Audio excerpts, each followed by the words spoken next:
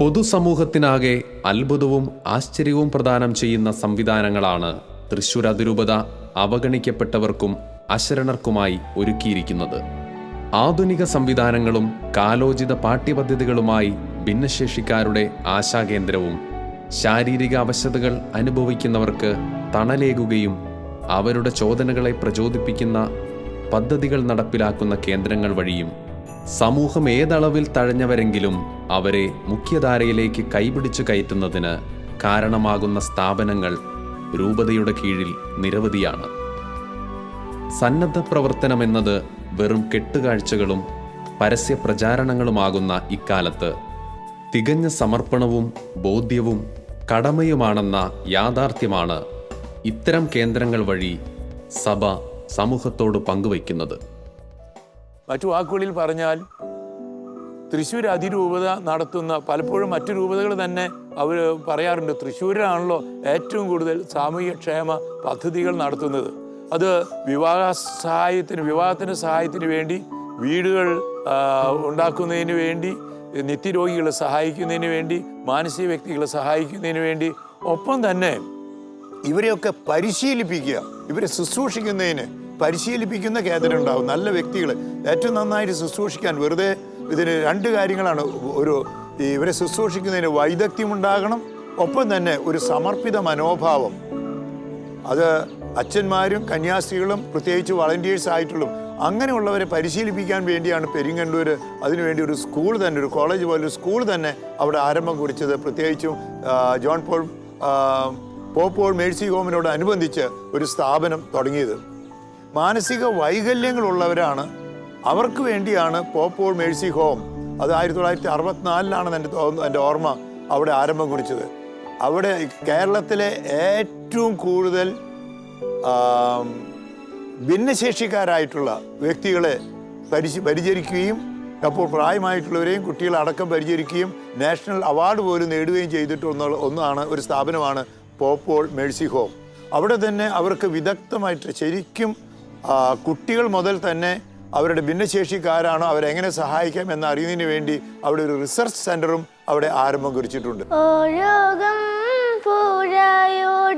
ഈണത്തിലും താഴുകും തെന്നലിൻ താളത്തിലും ഒഴുകും പുഴയുടെ ഈണത്തിലും താഴുകും തെന്നലിൻ താളത്തിലും കൈരളിപ്പാടും ഈ മലയാള പഴമയിൽ കാണുവാതേതൊരു ഭാവം നീ തേടുവാതേതൊരു ഗീതം ഒഴുകും പുഴയുടെ ഈണത്തിലും താഴുകും തെന്നലിൻ താളത്തിലും.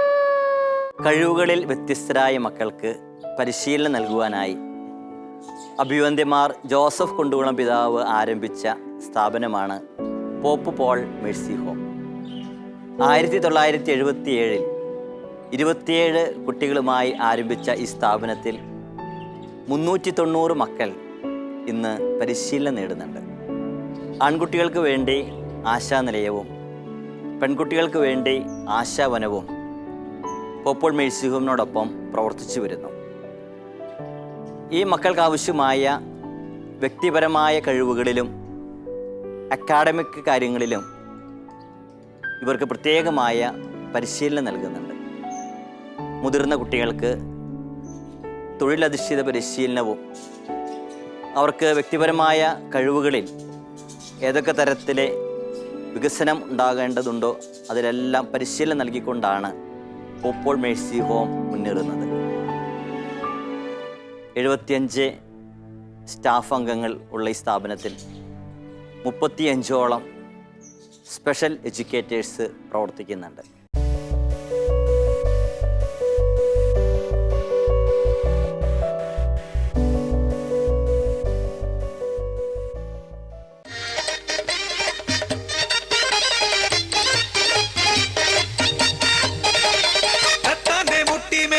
എട്ടല്ലോ ദൈവങ്ങൾ, തട്ടിയിട്ടും മുട്ടിയിട്ടും പോകാത്ത ദൈവങ്ങൾ. പെണ്ണല്ലേ പെൺമണിയല്ലേ പൊന്നല്ലേ പത്തരമാറ്റല്ലേ, പൊൻകുന്നം നാട്ടിലെ പൊന്നു തമ്പ്രാട്ടി. നാടുവാഴി തമ്പ്രാന്റെ കരളിൻ കരള്, നാട്ടാരും കാണാത്ത കരിമ്പിൻ തുണ്ട്, മുറ്റത്തിറങ്ങാത്ത മാണിക്ക കല്ല്, മാളിക വീട്ടിലെ മണിവിളക്ക്. ആരാരും കാണാതെ ഒളിച്ചു വെച്ച് വല്യമ്പ്രാൻ, കണ്ടുകൾ നേരു തട്ടി കോലം കെട്ടാലും അവളെ കണ്ട് മോഹിച്ച് കള്ളൻ കട്ടുകൊണ്ടുപോയാലോ, നഷ്ടം വല്യമ്പ്രാനല്ലേ.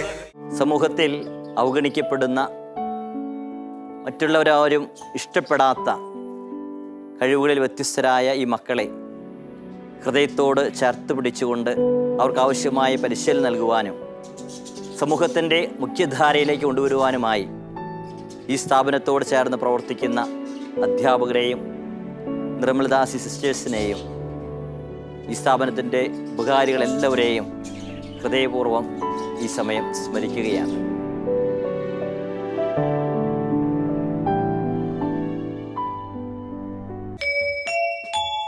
കളം നിറക്കടി കട്ടയെടുക്കടി മെതിച്ചെടുക്കടി പതിരകറ്റടി പോലിയടക്കടി പത്തായം കതിർമണി നിറയ്ക്കടിയേ. പൊന്നാര്യൻ വിളവെടുക്കും പാടം എൻ കണ്ണീരിൻ കഥ നിറഞ്ഞൊരീണം. താതിന്തിമി ധിന്തിമി താരോ തെയ്യന്താരോ, താതിന്തിമി ധിന്തിമി താരോ തെയ്യന്താരോ, ധിന്തിമി ധിന്തിമി താരോ ധിന്തിമി ധിന്തിമി താരോ, ധിന്തിമി ധിന്തിമി താരോ ധിന്തിം താരോ. തെയ്യക്കം തിന്നാരോ തന തന തെയ്യക്കം തിന്നാരോ, തെയ്യക്കം തിന്നാരോ തന തന തെയ്യക്കം തിന്നാരോ.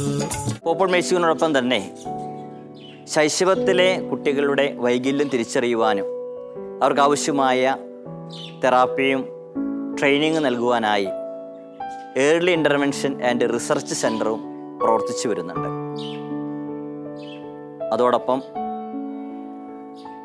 സ്പെഷ്യൽ എഡ്യൂക്കേറ്റേഴ്സിന് പരിശീലനം നൽകുവാനായി സ്പെഷ്യൽ ടീച്ചേഴ്സ് ട്രെയിനിങ് സെൻ്ററും പോപ്പോൾ മേഴ്സി ഹോമിൽ പ്രവർത്തിക്കുന്നു എന്നുള്ളത് അനേകം മക്കൾക്ക് ആശ്വാസം പകരുവാനുള്ള, പരിശീലനം നൽകുവാനുള്ള, സ്പെഷ്യൽ ടീച്ചേഴ്സിനെ വളർത്തിയെടുക്കുവാനായിട്ട് സഹായകരമാണ്.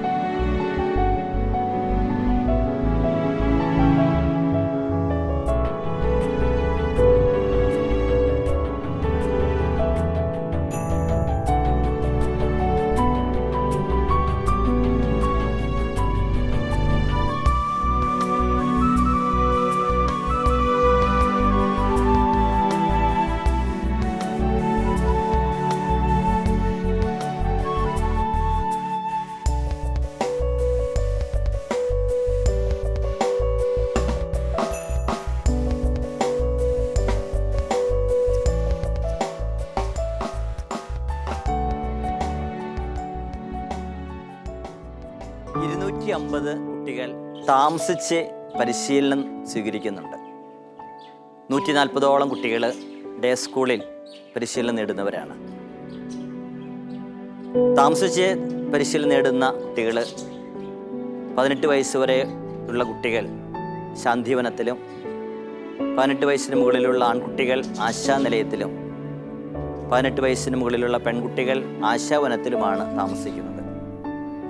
ഇവർക്ക് ആവശ്യമായ ട്രെയിനിങ്ങും ഒപ്പം തന്നെ തെറാപ്പി നൽകുവാനായിട്ടുള്ള therapy centre, occupation therapy, speech therapy, physiotherapy, sensory integration തുടങ്ങിയ പ്രത്യേക മേഖലകളിൽ ഈ മക്കൾക്ക് പരിശീലനം നൽകുന്നുണ്ട്.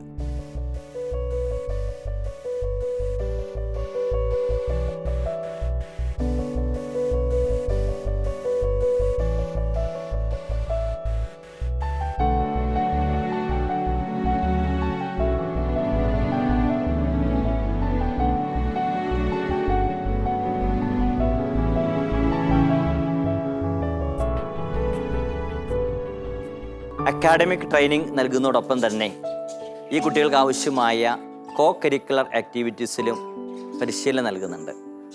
Craft, painting, drawing, dance, music, yoga, sports തുടങ്ങി ഒത്തിരി ഇനങ്ങളിലെ പരിശീലനത്തിലൂടെ സമഗ്രമായൊരു വളർച്ചയ്ക്ക് പോപ്പിൾ മേഴ്സി ഹോം ഇവർക്ക് അവസരം നൽകുന്നുണ്ട്.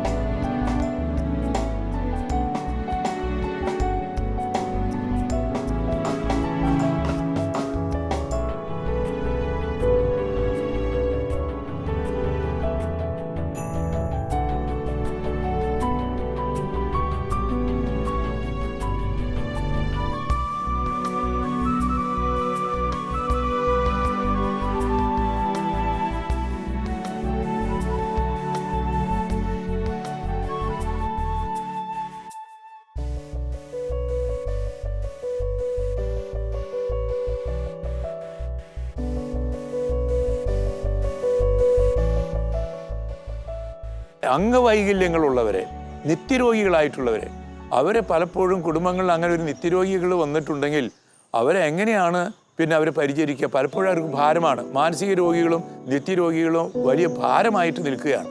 അങ്ങനെയുള്ള വ്യക്തികളെ സഹായിക്കാൻ വേണ്ടിയാണ് മാർപ്പാപ്പയുടെ വരവിൻ്റെ ഓർമ്മയ്ക്കായിട്ടുള്ള പീസ് ഹോം തൃശ്ശൂർ അതിരൂപതയിലുള്ളത്. ഇപ്പോൾ പുതുതായിട്ട് തുടങ്ങിയതാണ്. അഭയം എന്ന പേരിൽ പ്രത്യേകിച്ചും പാലിയേറ്റീവ് പ്രായമായിട്ടുള്ള പിന്നെ പലപ്പോഴും ഈ കുടുംബങ്ങളിൽ നോക്കാൻ പറ്റാതെ ഇരിക്കുന്ന പാലിയേറ്റീവ് രോഗികളായിട്ടുള്ള വ്യക്തികളെ സഹായിക്കാൻ വേണ്ടി തൃശ്ശൂർ അതിരൂപത അഭയം തുടങ്ങി. പ്രത്യേകിച്ച് ശാന്തിഭവൻ എന്നുള്ള പേരിൽ സിസ്റ്റേഴ്സിൻ്റെ നേതൃത്വത്തിൽ പല്ലിശ്ശേരിയിൽ തുടങ്ങിയിട്ടുണ്ട്. രൂപത നടത്തുന്ന സ്ഥാപനങ്ങൾ പോലെ തന്നെ സന്യാസ സമൂഹങ്ങൾ ഇതുപോലെയുള്ള വളരെയേറെ സ്ഥാപനങ്ങൾ നടക്കുന്നുണ്ട്.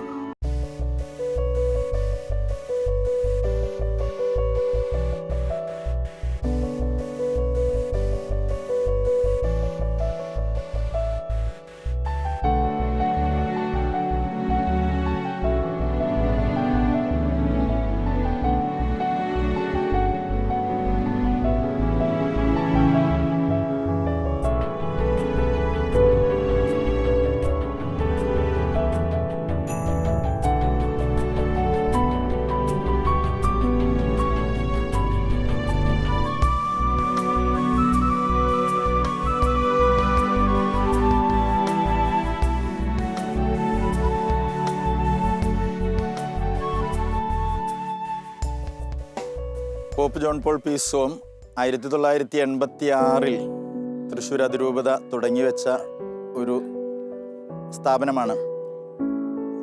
മാർപ്പാപ്പ തൃശ്ശൂർ വന്നതിൻ്റെ ഓർമ്മയ്ക്കായി അതിരൂപതയിൽ തളർന്നു കിടക്കുന്ന രോഗികളെ ശുശ്രൂഷിക്കാനായിട്ട് ആരംഭിച്ച ഒരു സ്ഥാപനമാണ്. ജോൺ പോൾ രണ്ടാമൻ മാർപ്പാപ്പ തന്നെയാണ് ഈ സ്ഥാപനത്തിനുള്ള ശില ആശീർവദിച്ചതും. മാർ ജോസഫ് കുണ്ടുകുളം പിതാവും മോൺസിനർ ജോസഫ് വിളങ്ങാടനച്ചനും വളരെ ദീർഘവീക്ഷണത്തോടുകൂടെ തുടങ്ങിയ തൃശ്ശൂർ അതിരൂപതയുടെ ഒരു സാമൂഹ്യ പ്രതിബദ്ധതയുടെ മുഖമാണ് pope John Paul piece home. നിത്യരോഗികളായ ഏകദേശം 90ഓളം രോഗികളെ അവിടെ പരിപാലിച്ചുകൊണ്ടുവരുന്നു. അഭിമന്യ കുണ്ടുകുളം പിതാവ് തന്നെ തുടങ്ങിവെച്ച നിർമ്മലദാസി സന്യാസിനി സമൂഹത്തിലെ സിസ്റ്റേഴ്സാണ് ആരംഭം മുതൽ 1986 മുതൽ ഇന്നുവരെ ഈ സ്ഥാപനത്തിൽ ശുശ്രൂഷ ചെയ്തുകൊണ്ടിരിക്കുന്നത്. പെരിങ്ങണ്ടൂരിലുള്ള മറ്റ് സ്ഥാപനങ്ങളും pope paul mercy home, Markundukulam memorial research and rehabilitation complex, ടിം ഹാൻഡ്സ് തുടങ്ങിയ എല്ലാ സ്ഥാപനങ്ങളിലും ബഹുമാനപ്പെട്ട നിർമ്മലാസി സിസ്റ്റേഴ്സ് തന്നെയാണ് ശുശ്രൂഷ ചെയ്തുകൊണ്ടിരിക്കുന്നത്. മറ്റാരും സേവനം ചെയ്യാനായിട്ട് മടിച്ചു നിൽക്കുന്ന അല്ലെങ്കിൽ വളരെ ബുദ്ധിമുട്ടോടുകൂടെ കാണുന്ന അങ്ങനെയുള്ള രോഗികൾക്ക് എല്ലാ കാര്യങ്ങളും ചെയ്തു കൊടുക്കാനായിട്ട് പ്രതിജ്ഞാബദ്ധതയോടുകൂടെ പ്രവർത്തിക്കുന്ന സന്യാസിനി സമൂഹമാണ് നിർമ്മലദാസി സിസ്റ്റേഴ്സ്. ഇന്ന് തൃശ്ശൂർ അതിരൂപതയിൽ പെരിങ്ങണ്ടൂരിൽ ഇത്തരത്തിലുള്ള 5-6 സ്ഥാപനങ്ങൾ പ്രവർത്തിച്ചുകൊണ്ടിരിക്കുന്നു.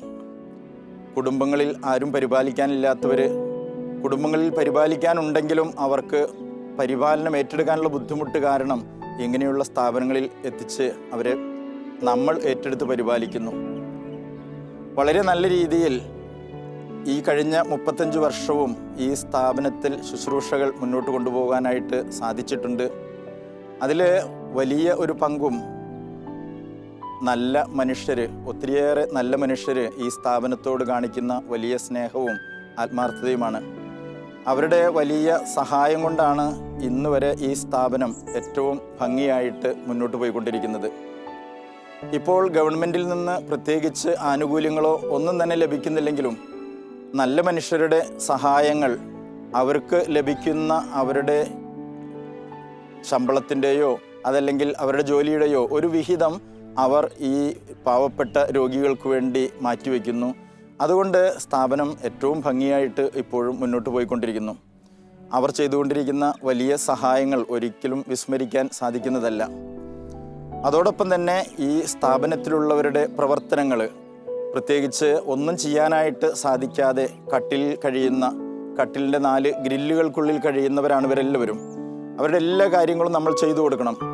രാവിലെ എണീറ്റ് പല്ല് തേപ്പിക്കുന്നത് തുടങ്ങി ഭക്ഷണം കോരി കൊടുക്കുന്നതും കുളിപ്പിക്കുന്നതും എല്ലാ കാര്യങ്ങളും നമ്മൾ തന്നെ പരിചരിച്ച് നമ്മൾ തന്നെ ചെയ്തു കൊടുക്കേണ്ടതാണ്. അതെല്ലാം ഏറ്റവും ഭംഗിയായിട്ട് ഈ കഴിഞ്ഞ 35 വർഷവും ചെയ്തു കൊടുക്കാനായിട്ട് സാധിച്ചു. 100% അതിൽ വിജയിച്ചു എന്ന് പറയുന്നില്ലെങ്കിലും കഴിവിൻ്റെ പരമാവധി ഏറ്റവും ഭംഗിയായിട്ട് നമ്മൾ അത് ചെയ്ത് മുന്നോട്ട് പോകുന്നു. അതിന് ഒത്തിരിയേറെ പേരുടെ സഹായ സഹകരണങ്ങളുണ്ട്. അത് നന്ദിയോടെ ഓർക്കുന്നു.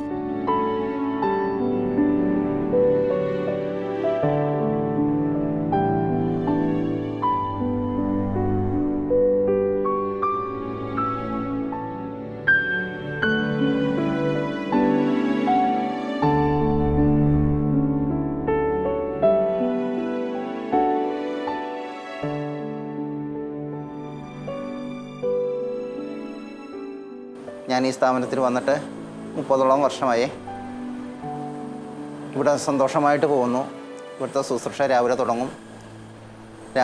തീരുക എന്ന് പറഞ്ഞ ശുശ്രൂഷ തീരാന്ന് പറഞ്ഞ സമയമില്ല. രാവും പകലും ശുശ്രൂഷയുണ്ട്.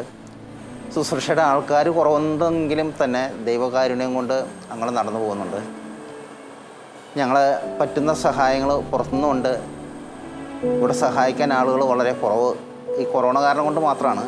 അല്ലെങ്കിൽ ഫുൾ ടൈം ഇവിടെ പുറത്തുനിന്ന് ആൾക്കാർ വന്നുകൊണ്ടിരുന്നു. ഇപ്പോൾ ഈ 1.5 വർഷത്തോളമായിട്ട് ഒത്തിരി കുറവുള്ളൂ. എങ്കിൽ തന്നെയും അതൊന്നും അറിയാതെ ഇവിടുത്തെ ശുശ്രൂഷകരും അച്ഛനും സിസ്റ്റേഴ്സും ഒന്നു ചേർന്ന് ഞങ്ങളെ നയിക്കുന്നു. അതിൽ ഞങ്ങൾ സന്തോഷവാനാണ്. ഞങ്ങൾക്ക് പറ്റുന്ന തൊഴിലുകളെല്ലാം ഇവിടെ ചെയ്യാൻ പറ്റുന്നുണ്ട്. വരയ്ക്കുവാനും പിന്നെ കൊന്ത കെട്ടുവാനും എഴുതുവാനും ഒക്കെ അതിനുവേണ്ട പ്രോത്സാഹനം അവർക്ക് പറ്റുന്ന പോലെ പ്രോത്സാഹനം അവരിൽ നിന്നുണ്ടാകുന്നു. അത് ഞങ്ങൾ സ്വീകരിക്കുന്നു.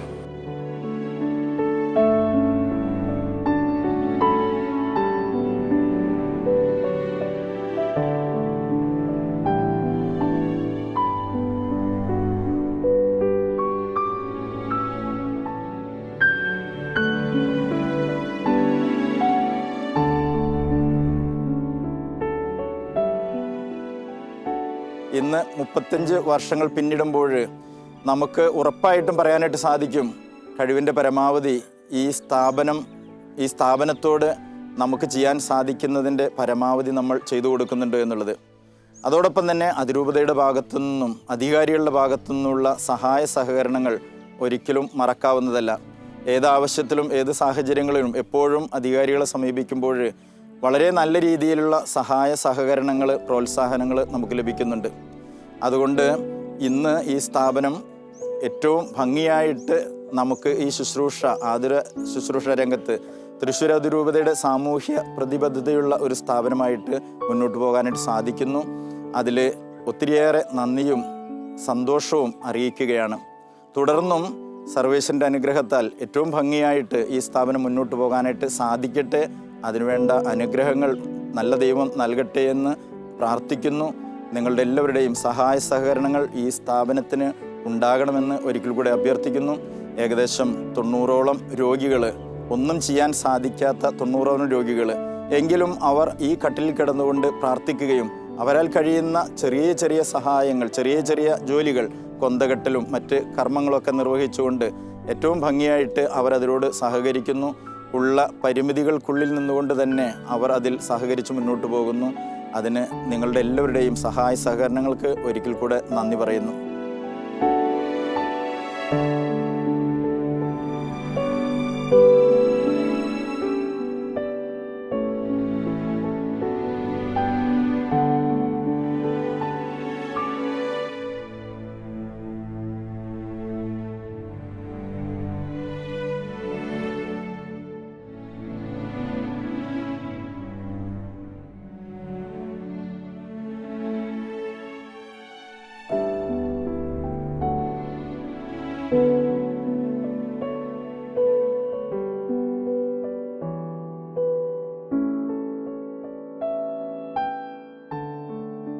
മറ്റു വാക്കുകളിൽ പറഞ്ഞാൽ, സമൂഹത്തിൽ വേദനിക്കുന്നവരെ ആശ്വസിപ്പിക്കാൻ, അവരെ സമൂഹത്തിൻ്റെ മുഖ്യധാരയിലേക്ക് കൊണ്ടുവരാൻ, സ്വന്തം കയ്യിൽ നിന്ന് തന്നെ പണമെടുത്ത് ചെലവാക്കി സമൂഹത്തെ ശുശ്രൂഷിക്കുന്ന ഒരു പ്രവർത്തനമാണ് തൃശ്ശൂർ അതിരൂപതയ്ക്കുള്ളത്.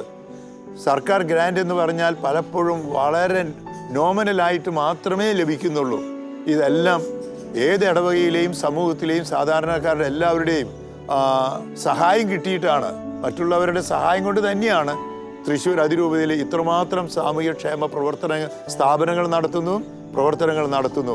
അതിനെ സഹകരിക്കുന്ന എല്ലാവർക്കും ഇത്തരുണത്തിൽ നന്ദി രേഖപ്പെടുത്തുകയാണ്. ഈ സമൂഹത്തിൽ എളിയവരിൽ ഒരാൾ, വേദനിക്കുന്ന ഒരാളെ സഹായിക്കലാണ് യേശുവിനെ കണ്ടെത്താനും യേശുവിനെ സഹായിക്കാനുമുള്ള മാർഗമെന്ന് അറിഞ്ഞുകൊണ്ട് തന്നെ പലപ്പോഴും മറ്റുള്ളവരാരും അറിയാതെ ഈ പ്രവർത്തനങ്ങൾ ചെയ്യുമ്പോൾ ശാലോം TV ഇത് മറ്റുള്ളവരെ അറിയിക്കാൻ നടത്തുന്ന യജ്ഞത്തിന് നന്ദി ഞാൻ രേഖപ്പെടുത്തുകയാണ്. ഇനിയും ഇതുപോലെയുള്ള പ്രവർത്തനങ്ങൾ നടത്താൻ, പലപ്പോഴും മറ്റുള്ളവരുടെ കുറ്റം കേട്ടിട്ടുണ്ടെങ്കിലും നന്മ ചെയ്യുന്നവരെ കുറ്റപ്പെടുത്തുന്നവർ പലപ്പോഴും സമൂഹത്തിന് പലരുടെയും ഒരു പ്രവണതയാണെങ്കിലും അതൊന്നും നോക്കാതെ യേശു പറഞ്ഞതുപോലെ വേദനിക്കുന്നവരെ ആശ്വസിക്കുമ്പോഴാണ് ശരിയായ ശാലോം, സമാധാനമുണ്ടാകുക എന്ന് പറയാനായിട്ട് ഞാൻ ആഗ്രഹിക്കുകയാണ്. എല്ലാവർക്കും നന്ദി.